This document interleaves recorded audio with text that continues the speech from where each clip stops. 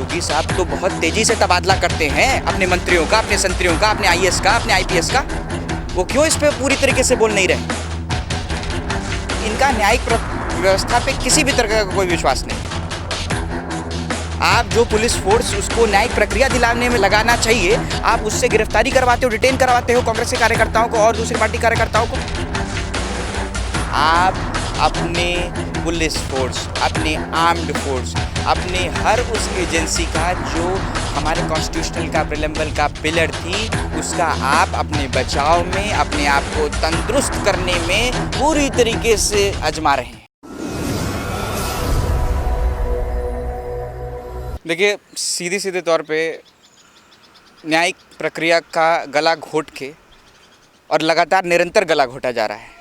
उस बच्ची का निर्मल हत्या तो करी गई, उसकी मतलब सुनने में आ रहा है कि जीभ भी काट लिया गया, और ऐसी प्रकार की एक घृणित तौर पे एक मानसिकता का सामना करना पड़ रहा है जिसमें यूपी सरकार पूर्णतः फेल है। बीते कुछ महीनों की हम लोग बात करें तो हम लोग अपने टिप्स पे गिना सकते हैं कि इनका न्यायिक व्यवस्था पे किसी भी तरह का कोई विश्वास नहीं है। हर एक लेवल पर आप देखेंगे उठाकर तो न्यायिक प्रक्रिया पे जहाँ जहाँ पुलिस प्रशासन से ये लोग गुंडे राज की तरह अवगत है, ये सबको अवगत है। आज की हम लोग बात करते हैं, अगर इतनी बड़ी मसाइल हुआ, इतना बड़ा घटनाक्रम हुआ, और आज अगर हम प्रोटेस्ट का डिमांड कर रहे हैं एज ए विपक्ष, इसको हम लोग तीसरा और चौथा स्तंभ कहते हैं डेमोक्रेसी का, और आज हम लोग को प्रोटेस्ट नहीं करने दिया जा रहा है, तो हम लोग मतलब इसकी किस प्रकार की डेमोक्रेसी की हम लोग बात कर रहे हैं? और न्यायिक प्रक्रिया के लिए कहाँ तक हम जाएंगे? और जहाँ तक कि सुप्रीम कोर्ट, हाई कोर्ट, जजेज ऐसे थोड़ी बाहर निकल कर आ रहे हैं कि न्यायिक प्रक्रिया पे बिल्कुल कोई भरोसा नहीं है। मैं तो आप लोगों को रिक्वेस्ट करूंगा कि किसी भी तरीके से जहाँ जहाँ पर अगर ये शक्तिकरण कर रहे हैं, लेकिन मीडिया प्रभारी की तरह अगर दरवाजे पे खड़ा हो जाए और वो एकदम बोले कि सारी आवाज़ को हम बिल्कुल पहुँचाएंगे, तो कम से कम जनता की आवाज़ तक जाए। आज उस अभिनेत्री की इतनी बातें हो रही हैं जो मुंबई में बैठी हुई है, वो कुछ भी कह रही है, वो कह रही है कबूतर, चिड़िया, चीफ मिनिस्टर, कुछ भी चिल्लाई जा रही है, उसकी बातें हो रही है, और आज इस बच्ची के बारे में क्या जिम्मेदारी? सीधे तौर पे हमें करना है कि दलित समाज इनके किसी सूची में स्टैंड ही नहीं करते, आते ही नहीं हैं, और ये चीज़ जितना जल्दी भारत का हर एक नागरिक जान ले उतना अच्छा है। वो उसका सिर्फ कसूर क्या है कि वो यूपी हाथरस साहब कितना दूर है हाथरस दिल्ली से? 2:30 बजे आप बॉडी जला देते हो, किसी को कानो कान खबर नहीं होती है। आप जो पुलिस फोर्स उसको न्यायिक प्रक्रिया दिलाने में लगाना चाहिए, आप उससे गिरफ्तारी करवाते हो, डिटेन करवाते हो कांग्रेस के कार्यकर्ताओं को और दूसरी पार्टी कार्यकर्ताओं को। यहाँ पर बात कांग्रेस और किसकी नहीं है, सारा विपक्ष साथ मिलकर। बाकी मैंने निजी तौर पे मैं अपना प्रतिक्रिया दूंगा, जो दिल्ली में और भी पार्टीज़ हैं वो भी सामने आ रही हैं उठकर, और वो भी अपना काम पूरे मनोबल से कर रही हैं, क्योंकि अब सवाल इस बात का राजनीतिक विषय का बात नहीं है। इस आज की सदी में, आज के देश में, जिस देश में इतनी बड़ी बड़ी बातें हुई थी 2014 से लेकर, उसके बाद दोबारा आप विपक्ष में आए, अच्छे मार्जिन से और आए, उसमें फिर आपके साथ ही हो रहा है, और आपका कोई मंत्री कभी अभी तक कोई जवाब नहीं दिया। योगी साहब तो बहुत तेज़ी से तबादला करते हैं अपने मंत्रियों का, अपने संतरियों का, अपने आईएएस का, अपने आईपीएस का। वो क्यों इस पर पूरी तरीके से बोल नहीं रहे? मेरा पूरा कोशिश है कि आप लोग इसको पूरी तरीके से एड्रेस करिए।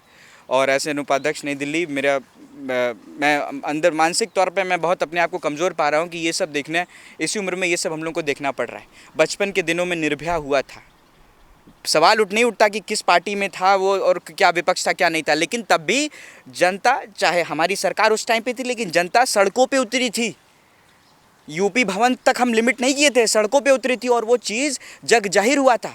आज सड़क साहब दूर, आप तो घर के सामने पुलिस लगा दे रहे हैं, और ये मीडिया हो रहा है। ये कैमरामैन को मैं नहीं बोलूँगा, ये तो इनका निजी डिसीजन। ये देखिए कितने पुलिसकर्मी देख रहे हैं।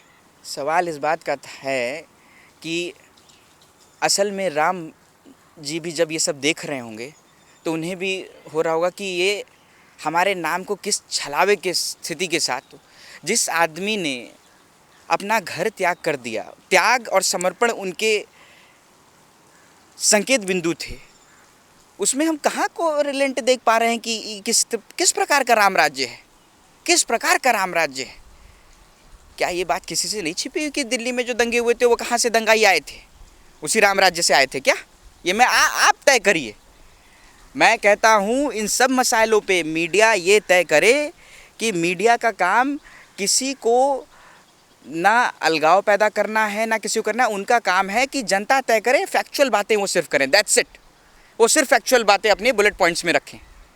आज मीडिया बिल्कुल फैक्चुअल बातें रखे कि क्यों हमें यूपी भवन का घेराव नहीं करने दिया गया, क्यों हम सड़कों पे नहीं उतर पा रहे हैं, इसको पॉलिटिकली क्यों देखा जा रहा है, मोबिलाइज किया जा रहा है। अरे हमारे नागरिक, एक हिंदुस्तानी लड़की का इतना बड़ा एक दुर्गम घटनाक्रम हो गया, उस पर क्या हम अपनी प्रतिक्रिया नहीं जाहिर कर सकते हैं? ये तो इसी हकों की बात हर एक समझदार आदमी, चाहे वो पॉलिटिशियन हो, चाहे वो स्टेट्समैन हो, चाहे वो क्रिकेटर हो, इंडस्ट्रियलिस्ट हो, फिल्मकार हो, कोई भी एक समझदार आदमी संयमता से यही बात उठा रहा है कि अपने जो बेसिक हक है उसकी वो बात कर सके।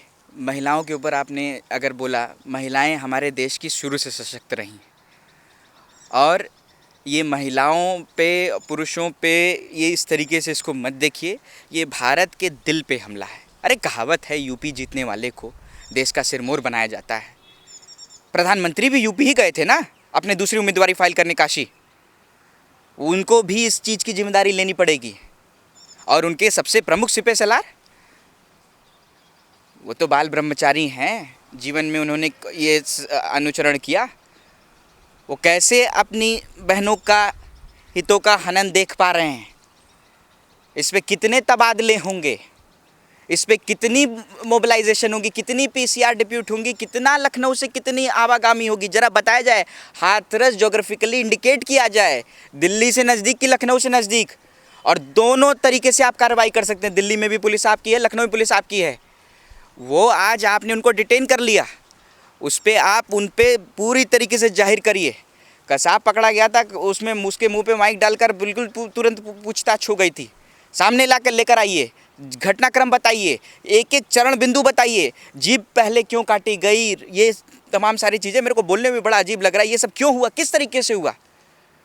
अभी तो मंगलयान, चांदयान, ये सब बड़ा उलझन वाला विषय है, और बिल्कुल हम एक तरफ उधर बढ़ रहे हैं और एक तरफ हम इधर बढ़ रहे हैं। ध्रुवीकरण किस बात का है? यहाँ पर कोई विषय इसमें महिलाओं का नहीं है, यहाँ पर दलित समाज का है। और मैं कहता हूँ अगर महिलाओं का विषय तो महिलाएं भी आएँ, वुमेन ह्यूमन राइट कमीशन एकदम तीव्रता से आए और उसमें अपना अनुच्छेद दे, उसमें एकदम डिमांड करे कि ये एक सीरियस प्रोटोकॉल के तहत इस पर डिमांड किया जाए।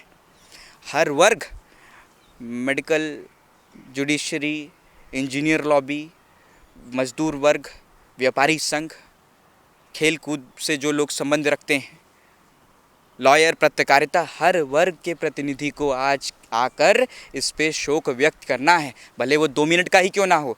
अपने सोशल मीडिया, ट्विटर, इंस्टाग्राम, जो भी आपको लगे, इनफैक्ट यूट्यूब में भी जिसके चैनल हैं वो भी सामने आएँ और अपनी दावेदारी रखें। यहाँ पर आप भले मत क्रिटिसाइज़ करिए बीजेपी को, इस वक्त को क्रिटिसाइज़ करिए, क्योंकि ये वक्त बहुत दुर्बल है, दूषित है और ये बैड टर्म्स में याद किया जाएगा। आपका सवाल बड़ा, मैं इस सवाल से बहुत वाकिफ़ हूँ। सब ये मेरे अंतरात्मा से भी ये चिंतन करता रहता हूँ कि अब तो ये तो हो गया, लेकिन 8 साल का एक लॉन्ग टेन्योर, लेकिन इस 8 साल को भी मैं इस तरीके से देखता हूँ कि ये 8 साल भी तब से भरा होना चाहिए उन दुष्कर्मियों का।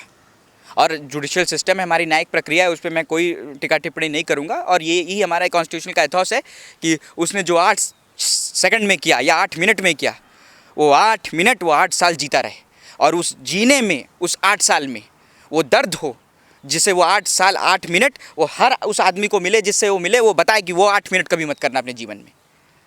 न्यायिक प्रक्रिया अपना काम करे, लेकिन सवाल इस बात का है कि आपके शुरुआती कदम कैसे हैं। घटनाक्रम पे आपका एक्सीडेंट हो गया, आपके घर में आग लग गई, आपका शुरुआती 5 कदम कैसा है, 10 कदम कैसा है? उस 5 और 10 कदम की बात हो रही है। कोई इनका मंत्री, कोई कहाँ पर मोबिलाइजेशन है? अभी भी वही उसी बॉम्बे वाली अभिनेत्री की बात हो रही है। अभी भी महाराष्ट्र में हम घुसे हैं।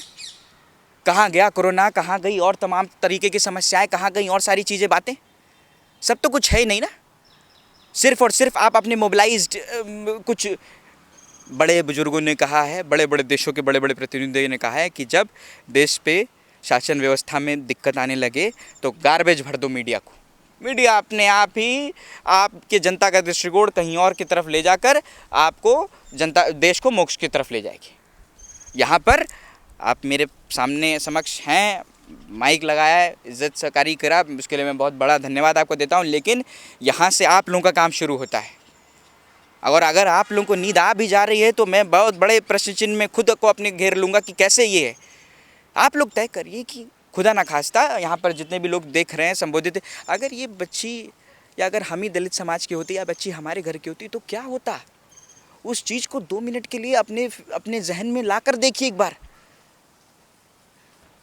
शब्दावली नहीं उसके बाद करने वाला विषय है कि एक वो जो अभिनेत्री है, कहाँ की है क्या है, वहाँ बम्बई नगर में बैठकर वो तू तड़ा करके सीएम को बोल दी और उसको Y+ सिक्योरिटी दे दी जाती है। ये मतलब अपने आप में कितना बड़ा ये एक आश्चर्य बड़ी घटना है कि उसको Y+ सिक्योरिटी दे दी गई और यहाँ पर इतना बड़ा कांड हो गया हाथरस में। ये छोटा मोटा कांड है, इतना बड़ा कांड हो गया। और आप देखिए इनके परिवार को या इस लड़की को कौन सी पुलिस, आपने वो पुलिस शक्ति कहीं और मोड़ दी, उस पुलिस शक्ति को आपने वहाँ मोड़ दी जो उसको सुरक्षा दे सकती थी, उसके एवज में उसके संपर्क में लोग और उसके लिए आवाज़ उठाने वाले प्रक्रिया में आपने मोड़ दी। ये सीधे तौर पे ध्रुवीकरण है।